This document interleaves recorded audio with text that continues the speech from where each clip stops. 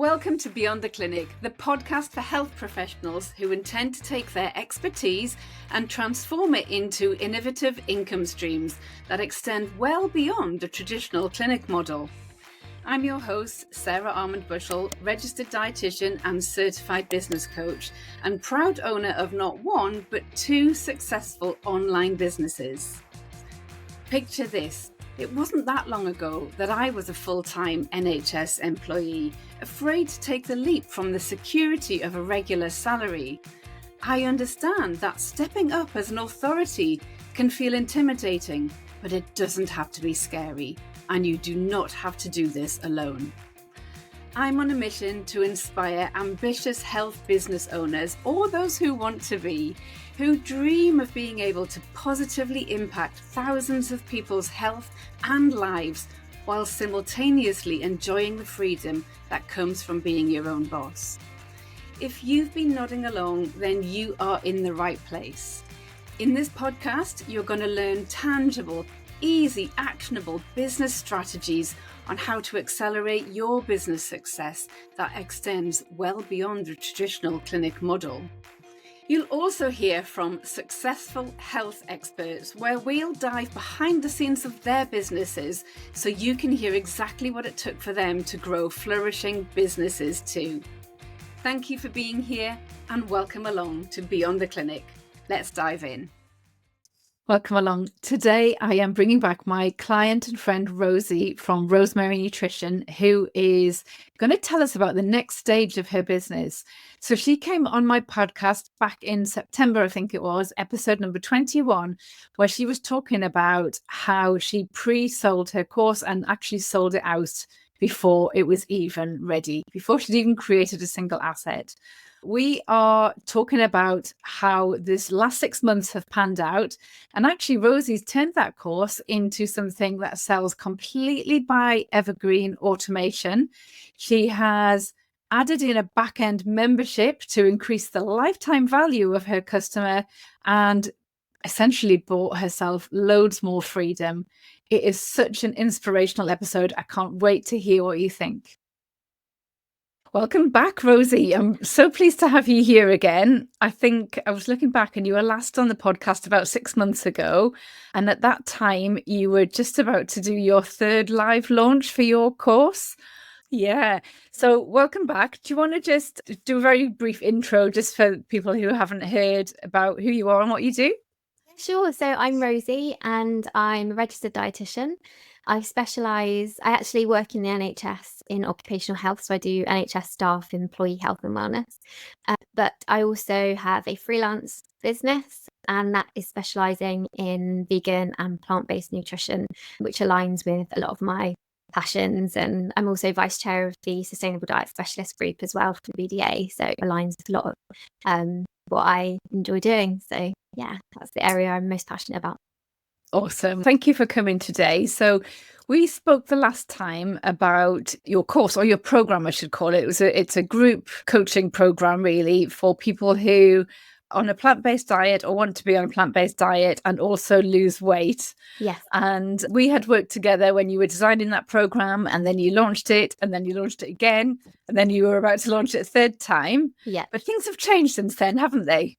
They have, yes. Things have changed a fair bit from the live launching, yeah. So tell us a little bit about what you're doing now. So I have moved from the live launching model into more of an evergreen program, as well as a membership part of it as well. So I think the way in which I work now is quite a bit different to how I was working last year. So last year as you said, I did 3 live launches in January, May and September, which was brilliant. I really enjoyed doing that. It was really exciting to have open at a certain time and watch sales come in and really prove that what I had was something that people wanted to buy. Yeah. But I think it got to the point where I think that live launching, by the time you're coming around to potentially doing a 4th launch, you've lost a little bit of oomph, I think, because you're doing the same thing again. So I think that because it's quite intensive, I guess what I was looking for was a bit more time, a bit more of an even schedule through the year, and everything just to be a little bit more automated to help free me up for other things that I wanted to do. Yeah, absolutely. So actually, let's just pause for a moment there and talk about what Evergreen meant for you, because I think people think in my world, in the sort of business coaching world, there's people talk about live launching and then they talk about selling on Evergreen. And I just wondered actually, what did Evergreen actually mean for you before you got into all of this? And how did that compare to what it actually involved? Yeah, so I would say that I was excited about the thought of Evergreen because my expectations were that it would be a less pressured way to sell, Yeah. and it would be what you would think of as rolling in the background in a certain way. And you just set it all up and let it go. And I think that part of my experience has been similar to that. So I think some of that is correct. So there's definitely more freedom with it, particularly Yeah. because at the same time I've taken on a virtual assistant to support me with some of the sort of engagement with the course as well. So it's definitely a lot of that has, but I guess one of the things is that I've realized is it's not a kind of set it up and forget about it kind Yeah. of system. So it's really still a good amount of work goes into it, particularly if you want to scale it and make it really successful. And it's more about the strategy and consistency, keeping an eye on the numbers, monitoring, optimizing, those kinds of things. So it's a little bit more behind the scenes work, which I actually quite, and I'm still figuring out at the moment. It's quite early days for it because, as I mentioned, I also set up an alumni membership Yeah. at the same time. So everybody is in that community. Yeah, we're watching how it goes, and we'll see moving forward how that all comes together. But yeah, a lot of it was true, but there's definitely a lot more work behind the scenes than I probably expected. Yeah, absolutely. It's a so Evergreen is very tech heavy, isn't it? Yes. And even live launching is quite tech heavy as Mhm. well. And one of the things I often say to people is it's probably not a good idea to start with Evergreen. Evergreen sounds really appealing because you can set it up and you can just let it go and people stumble across it and go through your funnel and come out the other end as a client. Mhm. But actually, if you did that without doing the live launching, you haven't really got much data. So you don't know what works, what doesn't work, what needs refining, what needs tweaking. So I often say to people, if you want to do Evergreen, that's great, but let's do a few live launches first to collect that data so that you really can optimize it. Because as like when you live launch, you might get 20 people in one go, which is great. Mhm. But when you're running Evergreen, that trickles much more slowly. So instead of having three big tranches of people 3 times a year, you have that number spread out instead.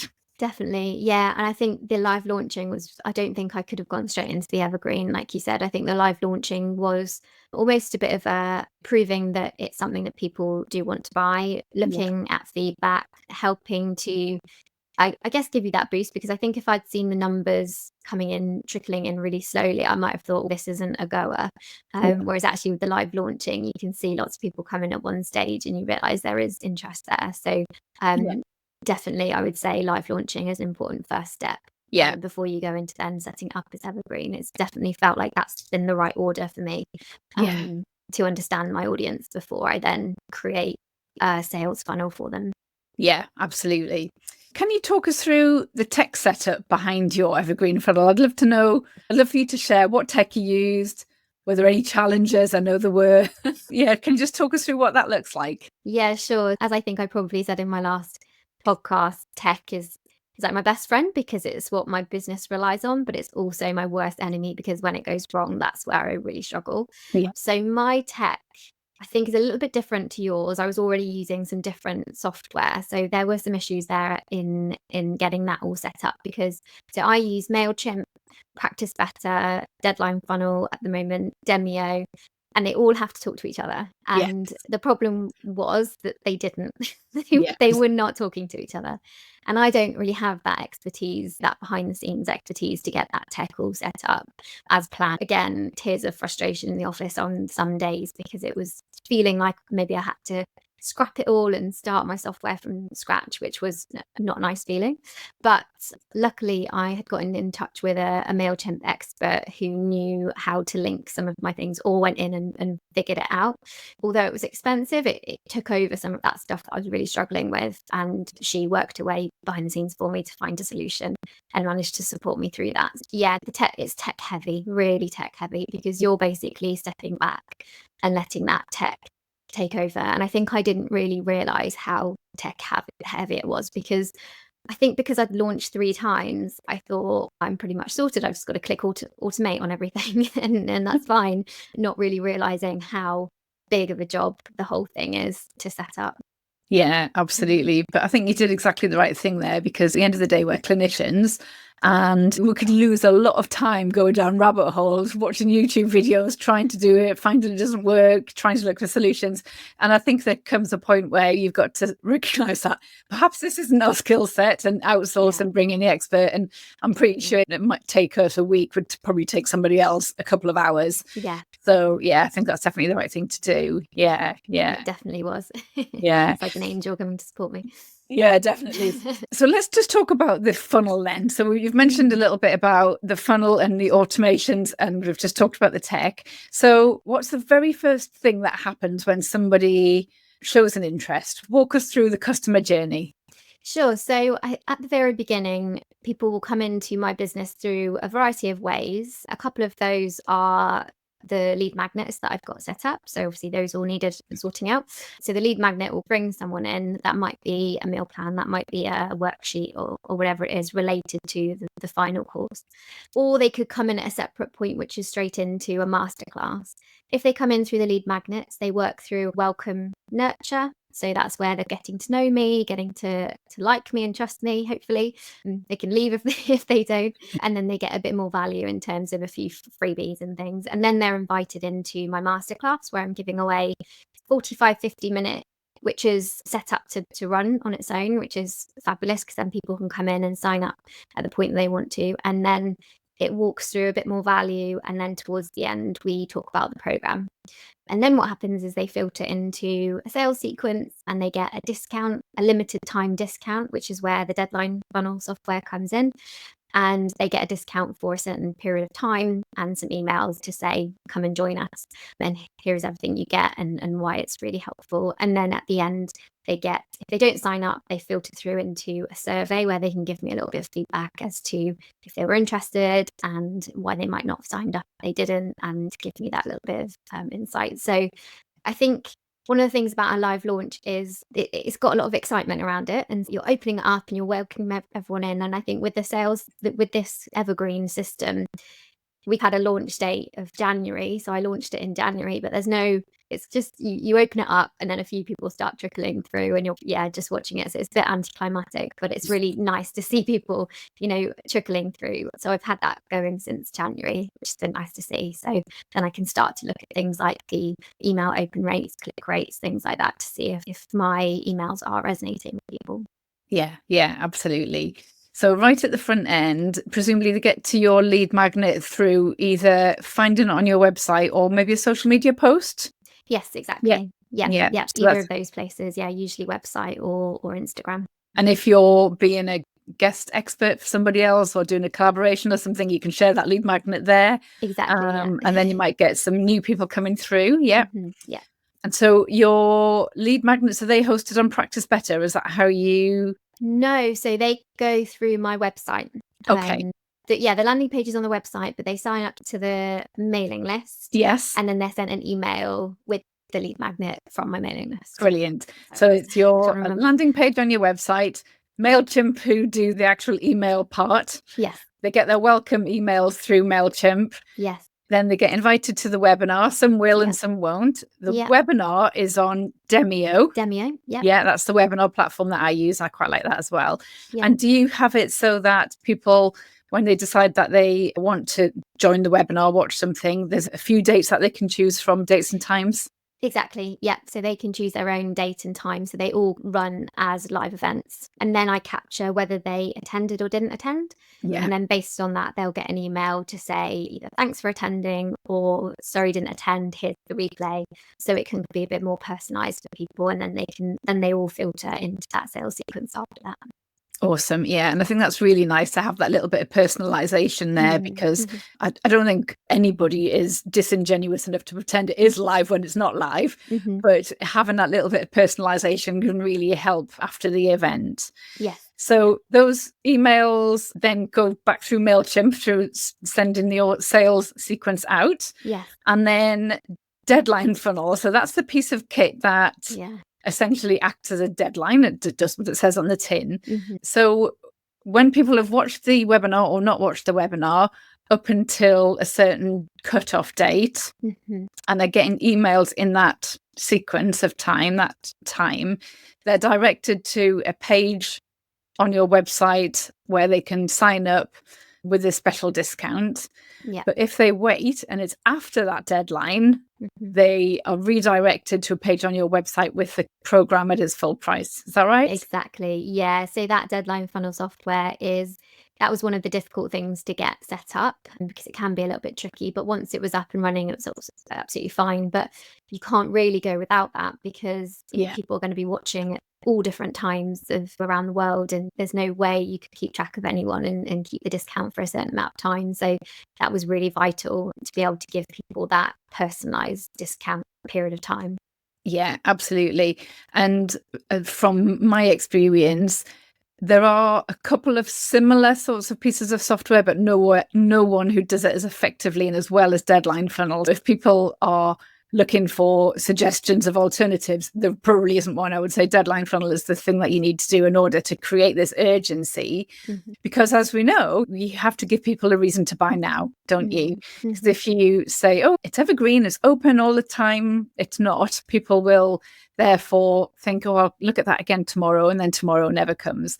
So giving them a reason to buy now, as in a time limited discount code or money off, really just helps people get over the line and make that decision for their health, essentially. So it's an important thing that I think we need to do in order to get people to take action and look after themselves. So that's Deadline Funnel. And then they either buy and then they get sent through to Practice Better. That's where you host your program, isn't it? Exactly. Yeah. Or they don't buy and then they stay on your email list and you send your weekly newsletter to them so they carry on nurture. Exactly. Yeah. So that will be my newsletters that aren't necessarily weight loss focused, but are all about plant-based nutrition, what I've been up to, what articles, blogs, those sorts of things. So they stay in my world, which is nice. Yeah. Awesome. And some people need a bit more nurturing, don't they? They need a bit more of that connection. And so you might find that over time, those people go, oh, you know what? Maybe I will just go and have a look at that webinar, and you can bring them back into that cycle again. And I certainly know from my business, GAC, because mine's set up in a very similar way in the Children's Nutritionist, some of my clients have watched that webinar 4 times. Yes, I've had similar stories. Yeah. And I spoke to one lady who'd been through it. Yeah, she's been to every single one of my live launches, and she is on my membership. But she's just said that every time she watches it, she just gets a little bit of a boost, a little bit of bringing things to the forefront of her mind. So she just enjoys coming along, which is really nice. Yeah, great. And so your program previously, there was a start date and an end date because it was 12 weeks, wasn't it? Yeah. So now people can join at any time. So they do their own 12 weeks according to the date that they join. Exactly. Have you had to make any changes to your program to accommodate that? Yes, and that's a good reminder actually, because I do need to change part of one of the introductions, because before I started, it was based on the days of the week. So they'll get the meal plans on a late in one week, and then it will start on the Monday so they can get ready for it. And then, so I talk about in the introduction section, on a Monday, you'll get this. And I hadn't necessarily thought that through. So I did have to go in, have a look at anything that's based on specific days and make it a bit more generic, because obviously if someone signs up on a Wednesday, then they're going to then start on the Thursday. So so I had to go in and make sure that everything was making sense. And there is still a video that I need to go and refilm. Yeah, but in the main, the rest of it was... exactly. Most of it was fine. It's only those tweaks, so it all made sense. So it runs quite nicely. Brilliant. So talk to us about your back-end membership, because I love this idea. I think it's absolutely brilliant. Yeah. You'd had a year's worth of people who've gone through your program, essentially. Tell us a little bit about the back-end membership. How does that run? Yes, I had this idea because I knew that once people had been through the 12 weeks, I had a lot of really lovely feedback. And there was one particular group, I think it was the May group and also the September group, who said to me, is there anything else we can do to continue? Can you provide more support, ongoing support? So I thought, I wonder if I could invite them back for Q&A once a month, or try and keep in touch with them, because these are obviously participants and clients who have bought into me, they like what I do, and they want that a little bit more. So I thought, I've got to think of something that is going to support them. And I actually thought, if I set up a membership so that they get continued access to everything in the 12 weeks, they can come along to every weekly session that I'm doing anyway.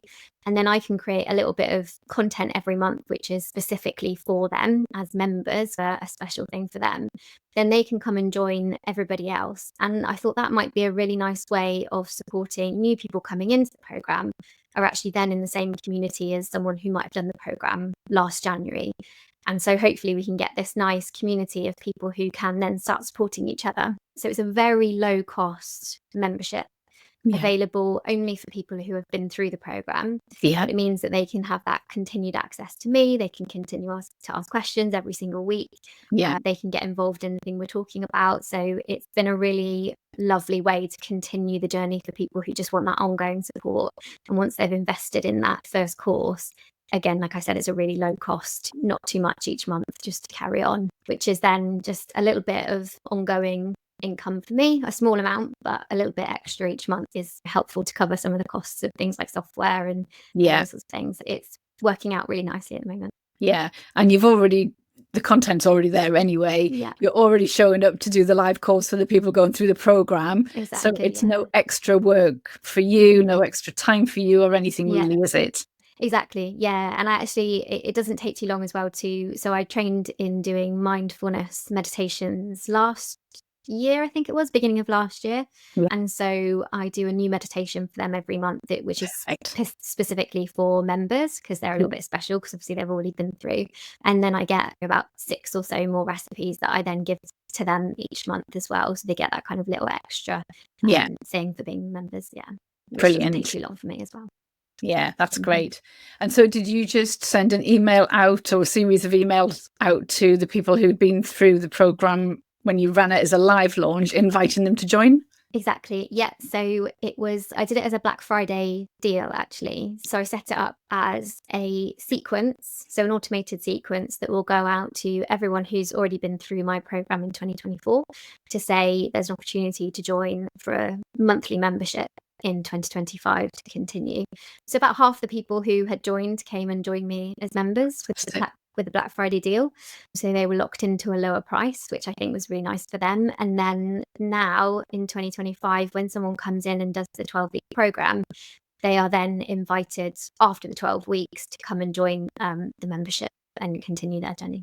Brilliant. And is that slightly higher price now, or have you kept that the same? Yeah, slightly higher, but still low price compared to the cost of the original program. Yeah, brilliant. Love it. And one of the brilliant things about a back-end membership is people join because with the no-brainer price, really, but they stay because of the community. And they also know that if they leave and want to come back, the price will likely have gone up. So it's keeping people interested. Yeah. And then what will happen is that if people go through your program, more people will join, and that might feel like just a small amount of money that you're earning at the moment, but over time that's just going to grow. It could build. Yeah, absolutely. And it's been a really nice way to set it up so that people can join, because I think the program is aimed at around sustainability. It's not a weight loss course per se. It's advertised as that because that's what we're supporting people to do.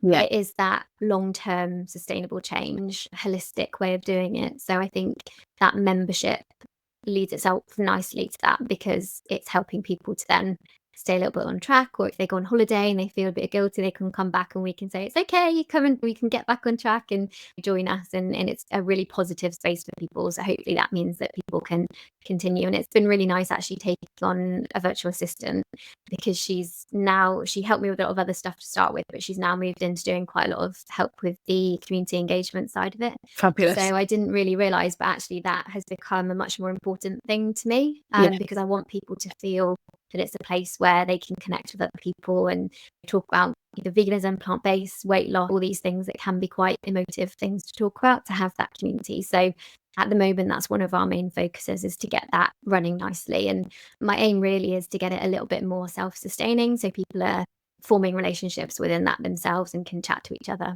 in that place. Brilliant. And when those relationships have made, they will stay, because they won't want to not be friends with those people. So hopefully.